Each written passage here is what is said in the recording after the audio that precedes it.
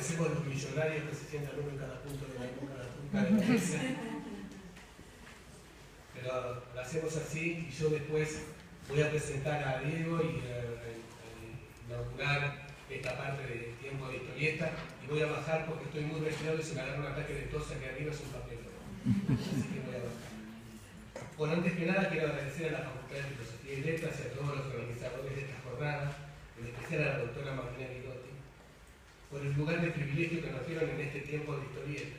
También agradecer a los especialistas del tema que van a honrarnos con su presencia. Hace casi 20 años, en 1995, en noviembre, en esta misma casa de estudios, aunque en otro edificio, la Universidad de El Salvador organizó la primera convocatoria académica relacionada con la historieta.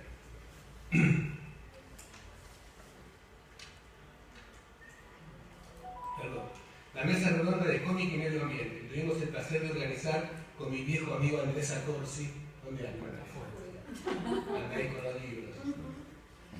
A pedido del IMAI, Instituto de Medio Ambiente y de Ecología de la USAL, instalando por primera vez una línea de investigación relacionada con la historieta en nuestra universidad. 20 años ya de este primer hecho relacionado con la historieta. Pasó mucha agua bajo el puente, hubo otras reuniones, publicaciones, cursos de extensión y de posgrado, que volvieron a tener a la historieta como protagonista y que nos permiten ocupar hoy el sitio de privilegio que gentilmente se nos brinda. Y nada mejor para empezar que este panel de historieta y literatura, encuentros cercanos de varios tipos, el que nos acompañan 3 especialistas, cada uno relacionado con el área en su tema, con el arte, con las publicaciones especializadas y con la investigación. Ellos son Diego Acorsi, que aquí está conmigo, Enrique o Quique Alcatena y Elena Guinel, para los que voy a pedir un fuerte aplauso.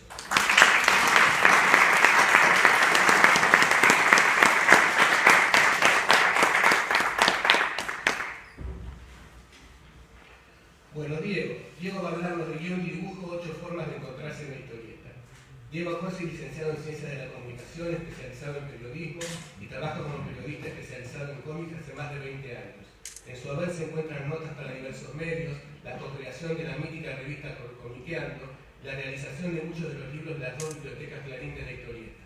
Estuvo al frente del relanzamiento editorial Columba, Nipurga, Artagnani, Intervalo, Fantasía, y colaboró con el editorial Record, revista Scorpio, además de escritor, productor de videos y coordinación de páginas web.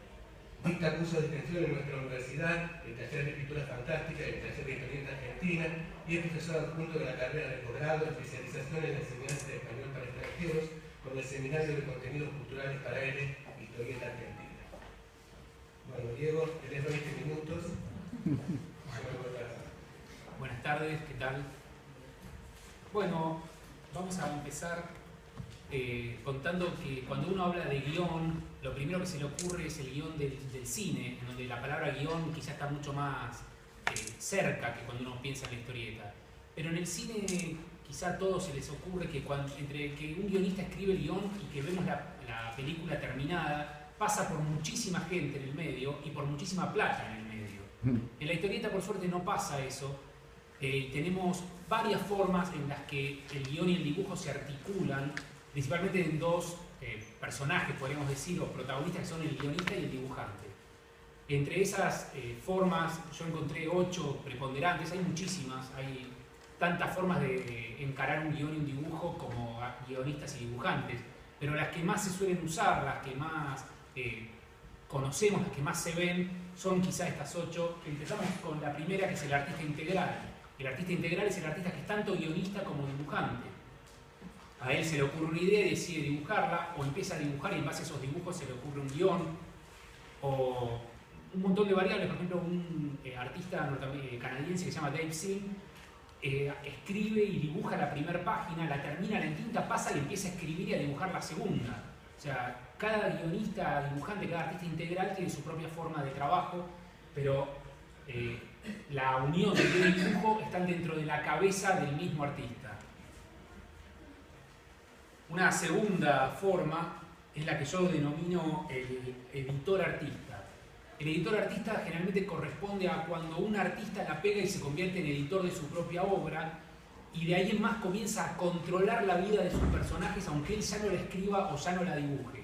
El caso más típico es el de Walt Disney, que firmaban todas las obras, tenía un sello que decía Walt Disney y se lo ponía a sus obras, que él ni escribía ni dibujaba. Lo mismo en el caso de, como vemos acá, los dibujos de Quinterno con Paturuzú, Paturucito, Isidoro, toda esa familia de historietas argentinas.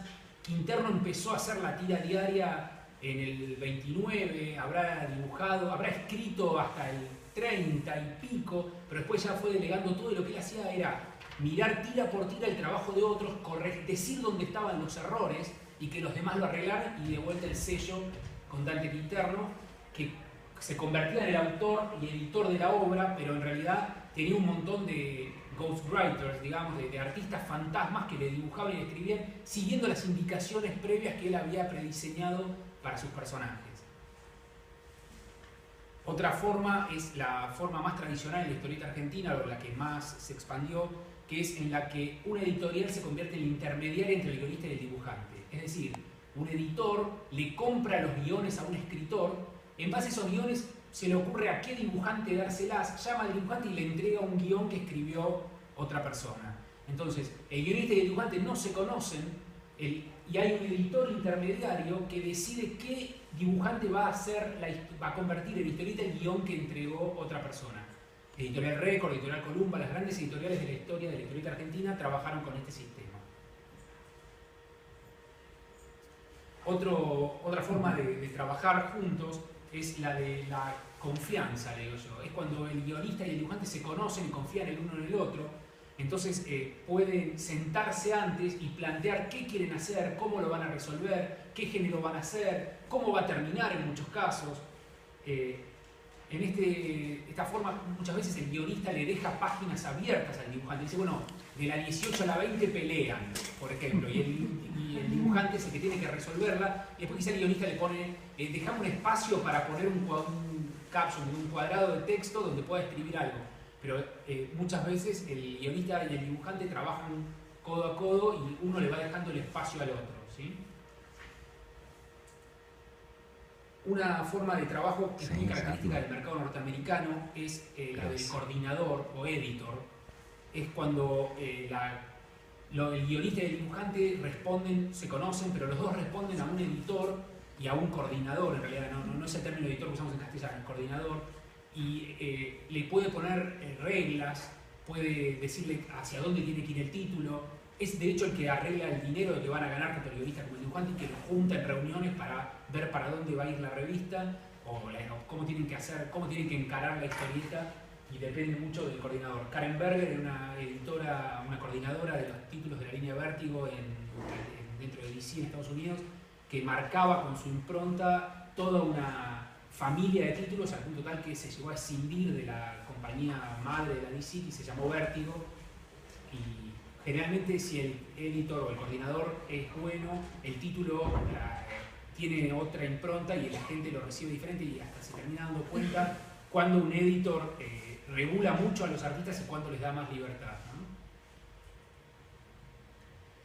¿no? A principios de los 60, Stan Lee se convierte en el editor estrella, guionista estrella en realidad de su propia editorial casi.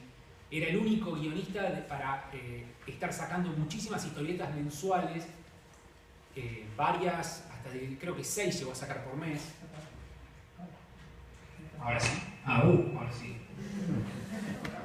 Y entonces, como no llegaba a escribir todos los títulos, generalmente Stan Lee lo que hacía era agarraba a un dibujante que elegía y decía, bueno, para este mes el título de Los Cuatro Fantásticos se trata que van a la luna y viene alguien y pelean, arreglate.